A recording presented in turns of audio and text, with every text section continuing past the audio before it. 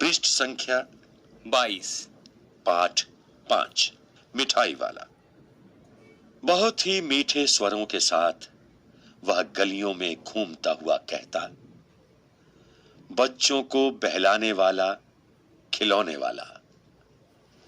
इस अधूरे वाक्य को वह ऐसे विचित्र किंतु मादक मधुर ढंग से गाकर कहता कि सुनने वाले एक बार अस्थिर हो उठते। उसके स्नेहाभिषक्त कंठ से फूटा हुआ गान सुनकर निकट के मकानों में हलचल मच जाती। छोटे छोटे बच्चों को अपनी गोद में लिए युवतियां चिकों को उठाकर छज्जों पर नीचे झांकने लगती। गलियों और उनके अंतर्व्यापी छोटे छोटे उद्यानों में खेलते और इठलाते हुए बच्चों का झुंड उसे घेर लेता और तब वह खिलौने वाला वहीं बैठकर खिलौने की पेटी खोल देता। बच्चे खिलौने देखकर पुलकित हो उठते। वे पैसे लाकर खिलौने का मोल भाव करने लगते। पूछते, इचका दाम क्या है? ऑल इचका, ऑल इचका। खिलौने वाला बच्चों को देखता और उनकी नन्ही नन्ही उंगलियों से पैसे ले लेता और बच्चों की इच्छानुसार उन्हें खिलौने दे देता। खिलौने लेकर फिर बच्चे उछलने कूदने लगते और तब फिर खिलौने वाला उसी प्रकार गाकर कहता, बच्चों को बहलाने वाला, खिलौने वाला। सागर की हिलोर की भांति उसका यह मादक गान गली भर के मकानों में इस ओर से उस ओर तक लहराता हुआ पहुंचता और खिलौने वाला आगे बढ़ जाता। राय विजय बहादुर के बच्चे भी एक दिन खिलौने लेकर घर आए। वे दो बच्चे थे, चुन्नू और मुन्नू। चुन्नू जब खिलौने ले आया तो बोला, मेला घोला कैचा छुंदल है। मुन्नू बोला, और देखो मेला कैचा छुंदल है। दोनों अपने हाथी घोड़े लेकर घर भर में उछलने लगे। इन बच्चों की मां रोहिणी कुछ देर तक खड़े खड़े उनका खेल निरखती रही। अंत में दोनों बच्चों को बुलाकर उसने पूछा, अरे ओ चुन्नू मुन्नू, ये खिलौने तुमने कितने में लिए हैं? मुन्नू बोला, 2 पैसे में, खिलौने वाला दे गया है। रोहिणी सोचने लगी, इतने सस्ते कैसे दे गया है? कैसे दे गया है यह तो वही जाने, लेकिन दे तो गया ही है, इतना तो निश्चय है। एक जरा सी बात ठहरी। रोहिणी अपने काम में लग गई। फिर कभी उसे इस पर विचार करने की आवश्यकता भी भला क्यों पड़ती? पृष्ठ संख्या 23। दृश्य 2। 6 महीने बाद नगर भर में 2-4 दिनों से एक मुरली वाले के आने का समाचार फैल गया।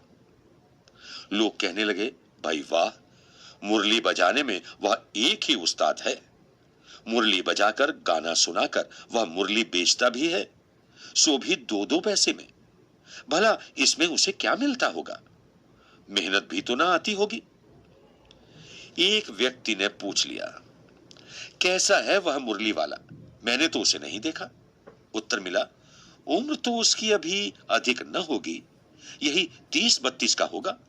दुबला पतला गोरा युवक है, बीकानेरी रंगीन साफा बांधता है। वही तो नहीं जो पहले खिलौने बेचा करता था? क्या वह पहले खिलौने भी बेचा करता था? हाँ, जो आकार प्रकार तुमने बतलाया उसी प्रकार का वह भी था। तो वही होगा। पर भाई, है वह एक उस्ताद। प्रतिदिन इसी प्रकार उस मुरली वाले की चर्चा होती। प्रतिदिन नगर की प्रत्येक गली में उसका मादक मृदुल स्वर सुनाई पड़ता। बच्चों को बहलाने वाला, मुरलिया वाला। पृष्ठ संख्या 24। रोहिणी ने भी मुरली वाले का यह स्वर सुना। तुरंत ही उसे खिलौने वाले का स्मरण हुआ आया। उसने मन ही मन कहा, खिलौने वाला भी इसी तरह गा गा कर खिलौने बेचा करता था। रोहिणी उठकर अपने पति विजय बाबू के पास गई। जरा उस मुरली वाले को बुलाओ तो, चुन्नू मुन्नू के लिए ले लूं, क्या पता या फिर इधर आए ना आए। वे भी जान पड़ता है पार्क में खेलने निकल गए हैं। विजय बाबू एक समाचार पत्र पढ़ रहे थे। उसी तरह उसे लिए हुए वे दरवाजे पर आकर मुरली वाले से बोले, क्यों भाई, किस तरह देते हो मुरली? किसी की टोपी गली में गिर पड़ी, किसी का जूता पार्क में ही छूट गया और किसी की सोथनी, जिसे पायजामा भी कहते हैं, ढीली होकर लटक आई है। इस तरह दौड़ते हाँफते हुए बच्चों का झुंड आ पहुंचा। एक स्वर में सब बोल उठे, अम्बी लेंदे मुल्ली और अम्बी लेंदे मुल्ली। पृष्ठ संख्या 25। मुरली वाला हर्ष गदगद हो उठा। बोला, सबको देंगे भैया, लेकिन जरा रुको, ठहरो, एक एक को देने दो। अभी इतनी जल्दी हम कहीं लौट थोड़े ही जाएंगे। बेचने तो आए ही हैं, और हैं भी इस समय मेरे पास 1 2 नहीं, पूरी 57। हाँ बाबूजी, क्या पूछा था आपने? कितने में दी?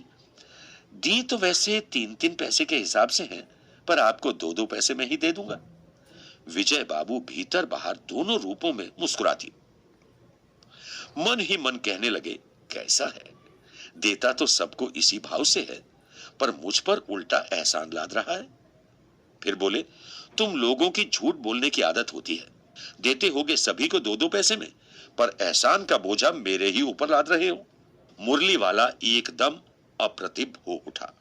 बोला, आपको क्या पता बाबूजी कि इनकी असली लागत क्या है? यह तो ग्राहकों का दस्तूर होता है कि दुकानदार चाहे हानि उठाकर चीज क्यों ना बेचे, पर ग्राहक यही समझते हैं दुकानदार मुझे लूट रहा है। आप भला काहे को विश्वास करेंगे, लेकिन सच पूछिए तो बाबूजी, असली दाम 2 ही पैसे है। आप कहीं से 2 पैसे में ये मुरली नहीं पा सकते। मैंने तो पूरी 1000 बनवाई थी, तब मुझे इस भाव पड़ी है। विजय बाबू बोले, अच्छा मुझे ज्यादा वक्त नहीं, जल्दी से 2 ठो निकाल दो। 2 मुरलियां लेकर विजय बाबू फिर मकान के भीतर पहुंच गए। मुरली वाला देर तक उन बच्चों के झुंड में मुरलियां बेचता रहा। उसके पास कई रंग की मुरलियां थीं। बच्चे जो रंग पसंद करते, मुरली वाला उसी रंग की मुरली निकाल देता। यह बड़ी अच्छी मुरली है, तुम यही ले लो बाबू। राजा बाबू तुम्हारे लायक तो बस ये है। हाँ भैया, तुमको वही देंगे। ये लो। तुमको वैसी ना चाहिए? यह नारंगी रंग की। अच्छा वही लो। ले आए पैसे? अच्छा ये लो, तुम्हारे लिए मैंने पहले से ही ये निकाल रखी थी। तुमको पैसे नहीं मिले? तुमने अम्मा से ठीक तरह मांगे ना होंगे। धोती पकड़कर पैरों में लिपटकर अम्मा से पैसे मांगे जाते हैं बाबू। हाँ फिर जाओ, अब की बार मिल जाएंगे। दुवन्नी है तो क्या हुआ, ये लो पैसे वापस लो। ठीक हो गया ना हिसाब? मिल गए पैसे। देखो मैंने तरकीब बताई। अच्छा अब तो किसी को नहीं लेना है, सब ले चुके। तुम्हारी मां के पास पैसे नहीं हैं। अच्छा तुम भी ये लो। अच्छा तो अब मैं चलता। इस तरह मुरली वाला फिर आगे बढ़ गया। पृष्ठ संख्या 26। दृश्य 3। आज अपने मकान में बैठी हुई रोहिणी मुरली वाले की सारी बातें सुनती रही। आज भी उसने अनुभव किया, बच्चों के साथ इतने प्यार से बातें करने वाला फेरी वाला पहले कभी नहीं आया। फिर वह सौदा भी कैसा सस्ता बेचता है, भला आदमी जान पड़ता है।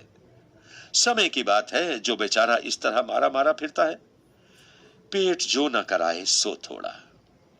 इसी समय मुरली वाले का क्षीण स्वर दूसरी निकट की गली से सुनाई पड़ा। बच्चों को बहलाने वाला मुरलिया वाला। रोहिणी इसे सुनकर मन ही मन कहने लगी, और स्वर कैसा मीठा है इसका। बहुत दिनों तक रोहिणी को मुरली वाले का वह मीठा स्वर और उसकी बच्चों के प्रति वे स्नेह सिक्त बातें याद आती नहीं। महीने के महीने आए और चले गए, फिर मुरली वाला न आया। धीरे धीरे उसकी स्मृति भी क्षीण हो गई। पृष्ठ संख्या 27। दृश्य 4। 8 मास बाद। सर्दी के दिन थे। रोहिणी स्नान करके मकान की छत पर चढ़कर आजानुलंबित केश राशि सुखा रही थी। इस समय नीचे की गली में सुनाई पड़ा, बच्चों को बहलाने वाला मिठाई वाला। मिठाई वाले का स्वर उसके लिए परिचित था। झट से रोहिणी नीचे उतर आई। उस समय उसके पति मकान में नहीं थे। हाँ, उनकी वृद्धा दादी थी। रोहिणी उनके निकट आकर बोली, दादी, चुन्नू मुन्नू के लिए मिठाई लेनी है, जरा कमरे में चलकर ठहराओ। मैं उधर कैसे जाऊं, कोई आता ना हो, जरा हटकर मैं भी चिक की ओट में बैठी रहूंगी। दादी उठकर कमरे में आकर बोली, ए मिठाई वाले, इधर आना। मिठाई वाला निकट आ गया, बोला, कितनी मिठाई दूं मां? ये नए तरह की मिठाइयां हैं, रंग बिरंगी, कुछ कुछ खट्टी, कुछ कुछ मीठी, जायकेदार, बड़ी देर तक मुंह में टिकती हैं, जल्दी नहीं घुलती, बच्चे बड़े चाव से चूसते हैं। इन गुणों के सिवाय ये खांसी भी दूर करती हैं। कितनी दूं? चपकी गोल पहलदार गोलियां हैं, पैसे की 16 देता हूं। पृष्ठ संख्या 28। दादी बोली, 16 तो बहुत कम होती हैं, भला 25 तो देते। मिठाई वाला, नहीं दादी, अधिक नहीं दे सकता। इतना भी देता हूं, ये अब मैं तुम्हें क्या, खैर मैं अधिक ना दे सकूंगा। रोहिणी दादी के पास ही थी, बोली, दादी फिर भी काफी सस्ता दे रहा है, 4 पैसे की ले लो, ये पैसे रहे। मिठाई वाला मिठाइयां गिनने लगा, तो 4 की दे दो। अच्छा 25 नहीं सही, 20 ही दो। अरे हाँ, मैं बूढ़ी हुई, मोल भाव अब मुझे ज्यादा करना आता भी नहीं। कहते हुए दादी के पोपले मुंह से जरा सी मुस्कुराहट फूट निकली। रोहिणी ने दादी से कहा, दादी इससे पूछो, तुम इस शहर में और कभी भी आए थे या पहली बार आए हो? यहाँ के निवासी तो तुम हो नहीं। दादी ने इस कथन को दोहराने की चेष्टा की ही थी कि मिठाई वाले ने उत्तर दिया, पहली बार नहीं, और भी कई बार आ चुका हूं। रोहिणी चिक की आड़ ही से बोली, पहले यही मिठाई बेचते हुए आए थे या और कोई चीज लेकर? मिठाई वाला हर्ष, संशय और विस्मय आदि भावों में डूबकर बोला, इससे पहले मुरली लेकर आया था, और उससे भी पहले खिलौने लेकर। रोहिणी का अनुमान ठीक निकला। अब तो वह उससे और भी कुछ बातें पूछने के लिए अस्थिर हो उठी। वह बोली, इन व्यवसायों में भला तुम्हें क्या मिलता होगा? वह बोला, मिलता भला क्या है, यही खाने भर को मिल जाता है, कभी नहीं भी मिलता है, पर हाँ संतोष, धीरज और कभी कभी असीम सुख जरूर मिलता है, और यही मैं चाहता भी हूं। सो कैसे, वह भी बताओ। अब व्यर्थ उन बातों की क्यों चर्चा करूं, उन्हें आप जाने ही दें, उन बातों को सुनकर आपको दुख ही होगा। जब इतना बताया है तब और भी बता दो, मैं बहुत उत्सुक हूं, तुम्हारा हर्जा ना होगा, मिठाई मैं और भी ले लूंगी। पृष्ठ संख्या 29। अतिशय गंभीरता के साथ मिठाई वाले ने कहा, मैं भी अपने नगर का एक प्रतिष्ठित आदमी था। मकान, व्यवसाय, गाड़ी, घोड़े, नौकर चाकर सभी कुछ था। स्त्री थी, छोटे छोटे 2 बच्चे भी थे। मेरा वह सोने का संसार था। बाहर संपत्ति का वैभव था, भीतर सांसारिक सुख था। स्त्री सुंदरी थी, मेरी प्राण थी। बच्चे ऐसे सुंदर थे जैसे सोने के सजीव खिलौने। उनकी अटखेलियों के मारे घर में कोलाहल मचा रहता था। समय की गति, विधाता की लीला, अब कोई नहीं है। दादी, प्राण निकाले नहीं निकले, इसलिए अपने उन बच्चों की खोज में निकला हूं। वे सब अंत में होंगे तो यहीं कहीं, आखिर कहीं न जन्मे ही होंगे। उस तरह रहता, घुल मिलकर मरता, इस तरह सुख संतोष के साथ मरूंगा। इस तरह के जीवन में कभी कभी अपने उन बच्चों की एक झलक सी मिल जाती है। ऐसा जान पड़ता है जैसे वे इन्हीं में उछल उछल कर हंस खेल रहे हैं। पैसों की कमी थोड़े ही है, आपकी दया से पैसे तो काफी हैं। जो नहीं है, इस तरह उसी को पा जाता हूं। रोहिणी ने अब मिठाई वाले की ओर देखा, उसकी आंखें आंसुओं से तर हैं। इसी समय चुन्नू मुन्नू आ गए। रोहिणी से लिपटकर उसका आंचल पकड़कर बोले, अम्मा मिठाई। मुझसे लो, ये कहकर तत्काल कागज की 2 पुड़ियां मिठाइयों से भरी मिठाई वाले ने चुन्नू मुन्नू को दे दी। रोहिणी ने भीतर से पैसे फेंक दिए। मिठाई वाले ने पेटी उठाई और कहा, अब इस बार ये पैसे ना लूंगा। दादी बोली, अरे अरे नाना, अपने पैसे लिए जा भाई। तब तक आगे फिर सुनाई पड़ा उसी प्रकार मादक मृदुल स्वर में, बच्चों को बहलाने वाला मिठाई वाला। लेखक भगवती प्रसाद वाजपेयी।